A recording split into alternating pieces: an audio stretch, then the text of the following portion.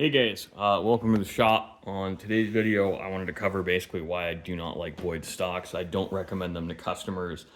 I do not sell them to customers, and I'm getting to the point where I don't even want to repair them for customers. Unfortunately, I see enough of these stocks that I can't afford to say no to all of them. But basically, the long story short is I think their quality control is abysmal at best. Now, this stock split in this area here, so I have one of these screws staggered on each side of the rear trigger guard screw in the hopes that that stops any future splitting. We'll see. I'm not super duper optimistic. I'll have that conversation with the customer when we get there, but this was also inletted probably 3/16 of an inch too thick.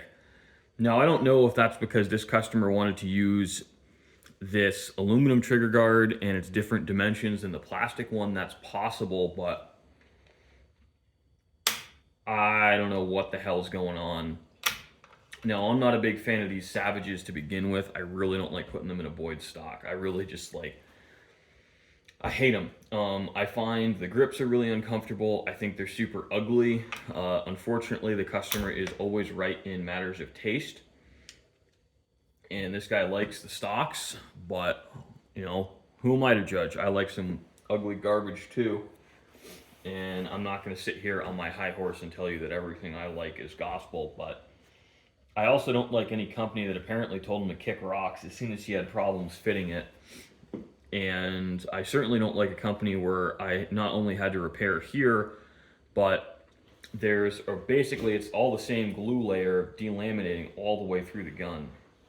Now I'm debating putting a pin right here to get ahead of it, but it seems to stop right here at this screw. Now this screw is stripped out pretty bad, so what I did on that is I drilled it out and I replaced it with a dowel, but I unfortunately don't have any really good walnut dowels, so you can't really tighten that too much or it will strip. I'm going to be very clear on the customer that you cannot tighten this rear screw much at all. It will strip. It's not a matter of when. And we've got this guy more or less functional. I think I'd like to bring the magazine up a little bit in the rear. It feeds perfectly and it picks up the round. So I don't know, maybe these feed lips flex as you load it. So I think in all honesty, doing a little bit of that with the feed lips just so it presents the cartridges just slightly higher in the rear is probably all we need. But again, who am I to know? I don't really deal with a lot of Savages in this shop. I mean, if you follow the channel, you'll see kind of the more typical stuff I do is much more kind of bespoke, custom stuff, not really run-of-the-mill. I don't want to say plastic garbage because they're not, but they're kind of plastic garbage. I really think that for what this guy has in this rifle, he could have bought a crappy Remington 700 and paid me to put a new barrel on it and gotten a much better shooter. I think that Hogue stocks, unironically, are pretty good in today's day and age. I have a couple of Hogues that I've used. I keep one in the shop for accuracy testing Hella 1500s because a lot of them will come in with no stock. People buy them as barreled actions. So I do my intake as such, and I got to test fire them somehow. I don't have problems with them. They have very generous free floated forends. I mean, they are flexible and they're ugly, but they work.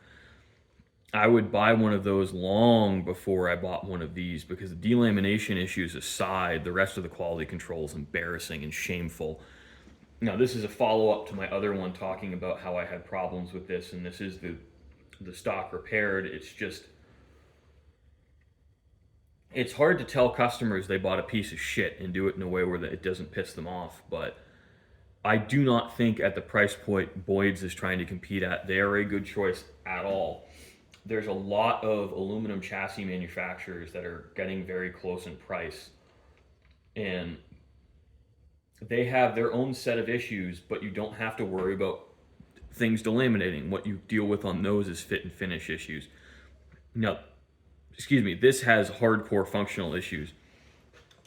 Now, our fit and finish issues are, again, depth of inletting here, but none of the sling swivels on both of the Boyd stocks I got at the same time are timed. And given the issues I've had with this stock splintering on me, I'm not comfortable tightening those and dealing with them. So we're going to have that talk with the customer, and we'll address these issues as we address these issues. Now, hopefully he's receptive to it. This is a repeat customer, so he kind of knows the drill. It's hard to say.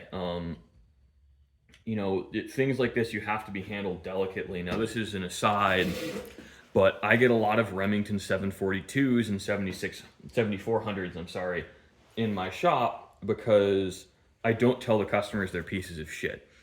What I tell them is they're difficult to repair because there's not a lot of parts in the supply line. And unfortunately, with the 742s and 7400s, one of the failure points is the receiver, which is the firearm. So we deal with that, and that's tough, but you deal with it. And a lot of the 742s and 7400s I get in the shop are repairable.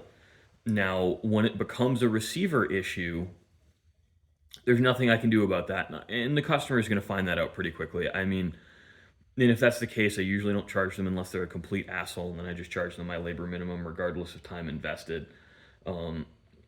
Most people are pretty cool about that because we have that conversation when it comes in. And one of the reasons I use certain products is because I haven't had issues with them, or the issues I've had with them are very fixable and easy to resolve. Or if it's a tough issue, I call the manufacturer, and the manufacturer is like, oh, okay, let me replace that for you. Don't worry, keep the old one. And for me, customer service is a major buying decision when I'm buying supplies and products for the shop, because I want to know my customers are supported.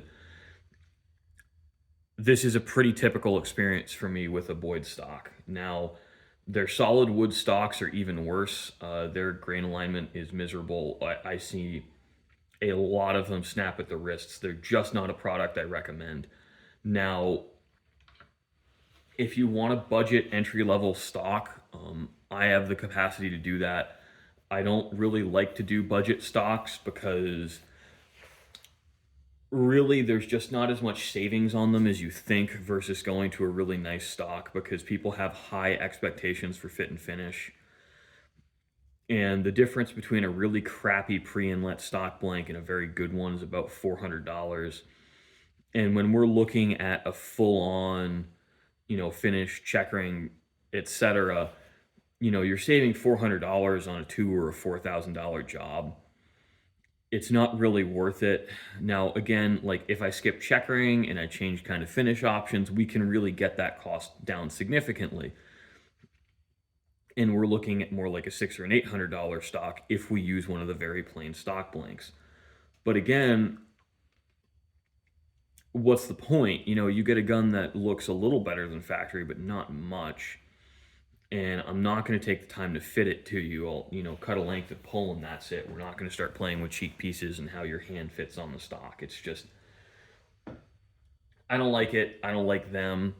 And when this customer shows up, I'm going to show them a couple of the stocks I made and just be like, look, I mean, if you like custom guns and you want a good shooter, just like save up money, call me, and we'll get you something like in a really nice stock on a little bit better quality action. I think you're going to be a lot happier than fighting with this crap.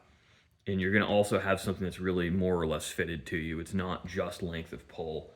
Stock fitting is far more complicated than that. Length of pull is easy to adjust, and that's why people go with it. But your rise and drop on the cheek piece, angle of the pistol grip, it is significantly more complicated than just like, length of pull. I don't like that. A lot of people, in my opinion, measure length of pull completely incorrectly. It's all about head position. It's not about buttstock to trigger. It's about where your head sits in relation to the sights in your hand. and I can change your length of pull by changing other features on the stock. And I think that these stocks are so limited in what you can do with them that they fit everyone poorly. This customer does have very, very average proportions, which is likely why he's been happy for them, because that's who they're designed for. But average proportions aside, I do think we can get him a better outcome. It isn't going to be cheap, but good isn't cheap, and cheap rarely is good. So thanks for watching, guys. I hope you enjoyed. I hope you take a little bit of a lesson away from this, and we shy away from some of these lower quality, overpriced products. I think consumers are getting a lot more educated than they used to be, so we're going to see less and less crap like this on the market, at least with staying power. I mean, there's always going to be a new company coming out with crap, but fortunately, I don't see them hanging on in the market for as long as they used to.